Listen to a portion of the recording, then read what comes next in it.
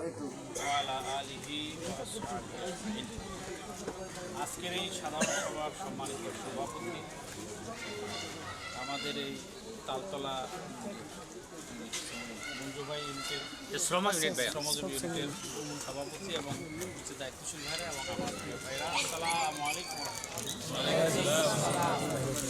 আমরা যে জায়গাটাতে বসে আছি, রাসূলের হাদিস অনুযায়ী কোনো মজলিসে যদি কোরআনের আলোচনা হয়, আল্লাহ সম্পর্কে আলোচনা হয়, তখন এই জায়গাটাকে আসমানওয়ালাদের কাছে কেমন দেখা যায়, এটা হাদিসের মধ্যে বলা হয়েছে। আমরা জমিন থেকে অন্ধকার আকাশের দিকে তাকাইলে রাতের বেলায় তারকাগুলোকে যেরকম জল জল করে তুলতেছে আমরা দেখি, আসমানওয়ালাদের কাছে যে জায়গায় কোরআনের আলোচনা হয়, আল্লাহর আলোচনা হয়, সেই জায়গাগুলো উজ্জ্বল জল জল তারার মধ্যে দেখা যায়। এবং হাদিসে বলা হয়েছে যে এরকম মজলিস যেখানে হয় সেখানে আল্লাহ তাআলা ফেরেশতাদেরকে পাঠিয়ে দেয় এবং ফেরেশতারা এই জায়গাটাকে বেষ্টন করে ফেলে। তাদের উপরে আল্লাহ তাআলা আসমান থেকে রহমত বর্ষণ করে এবং ফেরেশতারা তাদের জন্য দোয়া করতে থাকে। এবং আল্লাহ তাআলা ফেরেশতাদের জিজ্ঞেস করেন, আমার বান্দারা কি চায়? ফেরেশতারা বলে, হে আল্লাহ, আপনার বান্দারা আপনার কাছে মাগফিরাত চাইছে।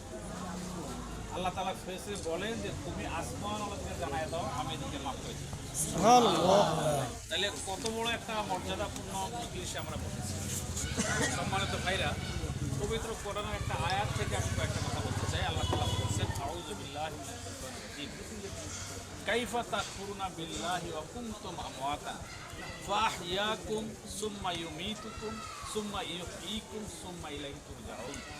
তোমরা কিভাবে আমাকে অস্বীকার করতে পারো, অথচ তোমরা একসময় ছিলে মৃত, আমি তোমাদেরকে জীবিত করলাম। তোমরা আবার মৃত্যুবরণ করবে এবং তোমাদেরকে আমি আবার জীবিত করব এবং তোমরা সবাই আমার কাছে ফেরত আসতে হবে। আমরা যখন মায়ের পেটে ছিলাম, একটা সময়ে আমাদের কোনো জীবন ছিল না, আমরা সবাই মৃত্যু ছিলাম। কি বলেন, আমরা কেমন ছিলাম? মৃত্যু ছিলাম। আল্লাহ তাআলা জান ফুঁকে দিয়েছেন মায়ের গর্ভে, আমরা জীবন লাভ করেছি। একটা সময় মায়ের পেটে ছিলাম, এরপর আল্লাহর ইচ্ছাতে আমরা দুনিয়াতে আসছি। এখানে আমাদের কোনো ইচ্ছা কাজ করে নাই, করছে? আল্লাহর ইচ্ছাতে আমরা দুনিয়াতে আসছি। কতদিন দুনিয়াতে থাকবো এটা আল্লাহ তাআলা বলতেছেন যে আমি একটা কিতাবের মধ্যে লিখে রেখেছি। কিতাব বা মুআজ্জালা, আমি একটা কিতাবের মধ্যে লিখে রেখেছি আমরা কে কতদিন বাঁচবো, কত সেকেন্ড বাঁচবো, কয়টা শ্বাস নিতে পারবো, সব নির্দিষ্ট করা আছে। তার মানে কি, আমার মৃত্যুর ক্ষণ সময় আল্লাহ তাআলা লিখে রাখছেন। যার মৃত্যুর সময় যখন লেখা আছে ঠিক ওই মুহূর্তে সে মারা যাবে। আল্লাহ তাআলা সূরা মুনাফিকুনে বলতেছেন, এক সেকেন্ড আগেও না, এক সেকেন্ড যখন যার মৃত্যুর সময় নির্ধারিত আছে, যত বড় চিকিৎসক হোক না কেন, কারো ক্ষমতা নাই তাকে আর বাঁচায় রাখার। আর যদি কারো হায়াত শেষ না হয়, যদি মানুষ তাকে মারতে চায়, তাকে মারতে পারবে না যতক্ষণ পর্যন্ত আল্লাহ তাআলার পক্ষ থেকে ফয়সালা। সম্মানিত ভাইরা, দুনিয়াতে যে সময়টা আমরা থাকবো, এই সময়টা আমাদের জন্য খুব মূল্যবান একটা সময়।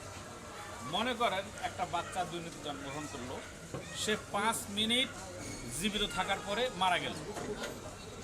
এই 5 মিনিট সময়ের কাজের মাধ্যমে তার জান্নাত এবং জাহান্নাম সাব্যস্ত হবে। আমি কথাটা দেখেন, বোঝানোর চেষ্টা করতেছি। দুনিয়ার জীবন কালটা যদি কারো 5 মিনিটও হয়, এই 5 মিনিটে সে কি করেছে তার ভিত্তিতে তার জান্নাত জাহান্নাম সাব্যস্ত হবে। অন্যদিকে সূরা মারিজের মধ্যে আল্লাহ তাআলা বলতেছেন যে আখিরাতের বা কিয়ামতের দিনের একটা দিন দুনিয়ার জীবনের 50,000 বছরের সমান। কত বছর ভাই? 50,000। 5 বছর, 500 বছর, 5,000 বছর, কত? কিয়ামতের একদিন দুনিয়ার কত বছর? 50,000 বছরের সমান। একটু খেয়াল করেন, এই মুহূর্তে পৃথিবীতে লোক সংখ্যা আছে প্রায় 800 কোটি এই মুহূর্তে। এবার তাহলে হিসাব করেন, পৃথিবীর জন্ম থেকে এই পর্যন্ত কত মানুষ আসছে, কত মানুষ মারা গেছে, এবং কিয়ামত পর্যন্ত আরো কত মানুষ আসবে। প্রত্যেকটা লোকের বিচার আল্লাহ তাআলা একজন একজন করে করবেন। আল্লাহর সাথে আর কেউ বিচার অংশগ্রহণ করবেন না।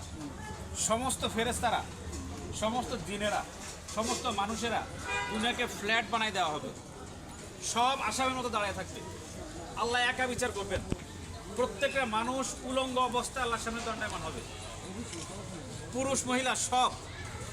আয়েশা রাদিয়াল্লাহু আনহা জিজ্ঞেস করতেছেন, ইয়া রাসূলুল্লাহ, আমরাও কি উলঙ্গ অবস্থায় সেখানে দাঁড়াবো? বলেছে হ্যাঁ, সমস্ত মানুষ উলঙ্গ অবস্থায় আল্লাহর সামনে দাঁড়াবে, আল্লাহ নাম ধরে ডাকবে, অমুকের ছেলে অমুক আসো, তার হিসাব শুরু হবে, তার হিসাব শেষ হবে, এরপর আরেকজন হিসাব হবে। তাহলে হিসাব করেন, একজন লোকের হিসাব যদি 1 ঘন্টাও লাগে, তাহলে কত শত কোটি মানুষ দুনিয়াতে আসছে, কত শত ঘন্টা লাগবে, কত বছর লাগবে হিসাবটা শেষ করতে। আমরা কি বুঝে আসতেছে? আপনি কিয়ামতের ময়দানে হাজার হাজার বছর অপেক্ষা করুন বিচারের জন্য, ওই সময়ে লক্ষ লক্ষ বার আল্লাহ জিকির করলেও কোনো ফায়দা হবে না। বুঝতে পারছি? আর এই দুনিয়াতে 5 মিনিটও যদি আপনি জিকির করেন, এই 5 মিনিটের আমলে আপনাকে জান্নাতে নিয়ে দিতে পারে। তাহলে দুনিয়ার জীবনের 5 মিনিট কত দামি, এটা কি আমরা বুঝতে পারছি ভাই? আমরা কিন্তু বুঝতেছি না। বুঝতেছি না বলেই আল্লাহ তাআলা বলতেছে, আল্লাহ মুত্তাকাসু হাত্তা যুরতুমুল মাকাবির কাল্লা সাওফা তা'লামুন সুম্মা কাল্লা সাওফা তা'লামুন। তোমরা সবাই গাফেল হয়ে আছো, সবাই বেবুঝা হয়ে আছো, সবাই তার তার নিজস্ব চিন্তায় ব্যস্ত আছো। আমি যে তোমাদেরকে একটা কাজ দিয়া পাঠাইছি দুনিয়াতে, আমার কাছে এসে তোমার কাজের হিসাব যে দেওয়া লাগবে, এই ব্যাপারে তোমাদের কোনো খবরই নেই। যার কারণে সকাল থেকে রাত, রাত থেকে সকাল, সময় কেটে যাচ্ছে, আল্লাহর হুকুম পালন করার ব্যাপারে আমাদের কোনো খবর নাই।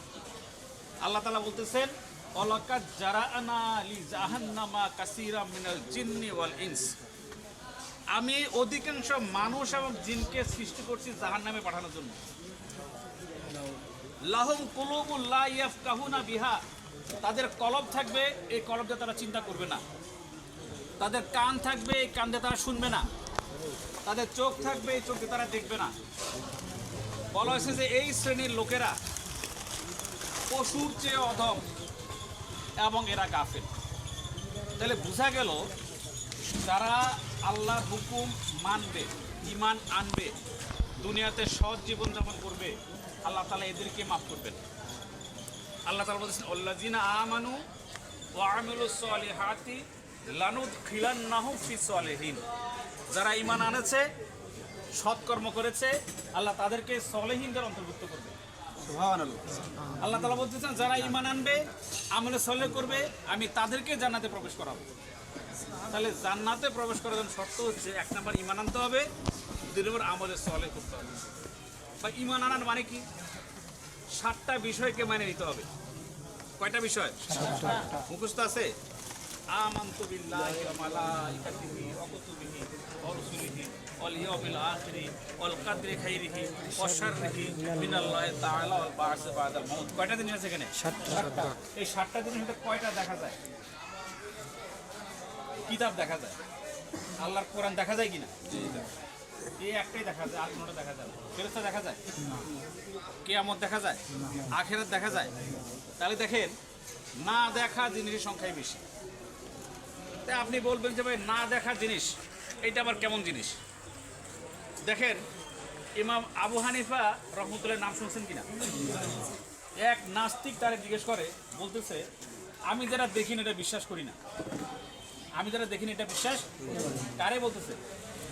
ইমাম আবু হানিফাকে জিজ্ঞেস করতেছে, আমি যারা দেখিনি এটা বিশ্বাস করি না। তো এখন ইমাম আবু হানিফা বললেন, তুমি যদি বিশ্বাস করো না, আচ্ছা ঠিক আছে, তোমার বিশ্বাস করার ব্যবস্থা করতেছি। এক টুকরে ইট নিয়ে মারছে মাথার মধ্যে, মাথা ফাইটে গেছে। মাথা ফাইটে যাওয়ার পরে এই লোক নাস্তিক বিচারে গেছে বিচারের জন্য। তো ইমাম আবু হানিফা ডাকলো, এই আপনি কেন ওর মাথায় ইট মারছেন? বললে যে আমি তো ইট মারি না। তার প্রশ্নের জবাব দিয়েছি। কি প্রশ্নের জবাব দিয়েছেন? তো সে বলছে, যেটা সে দেখে না এটা সে বিশ্বাস করে না। তো তারে আমি মাথায় মারছি, তো তার সমস্যা কি? বলে সে ব্যথা পাইছে, ব্যথাটা আমার দেখাইতে কর, ব্যথাটা আমারে দেখাইতে কর। ব্যথা কি দেখানো যায় নাকি? তো ব্যথা যদি দেখানো যায় না, তাহলে ব্যথা বলতে কিছু নাই, তাহলে আমার কি বিচার করবেন? সে তো ব্যথা পায় নাই। তার মানে কি ব্যথা দেখা যায় না, তার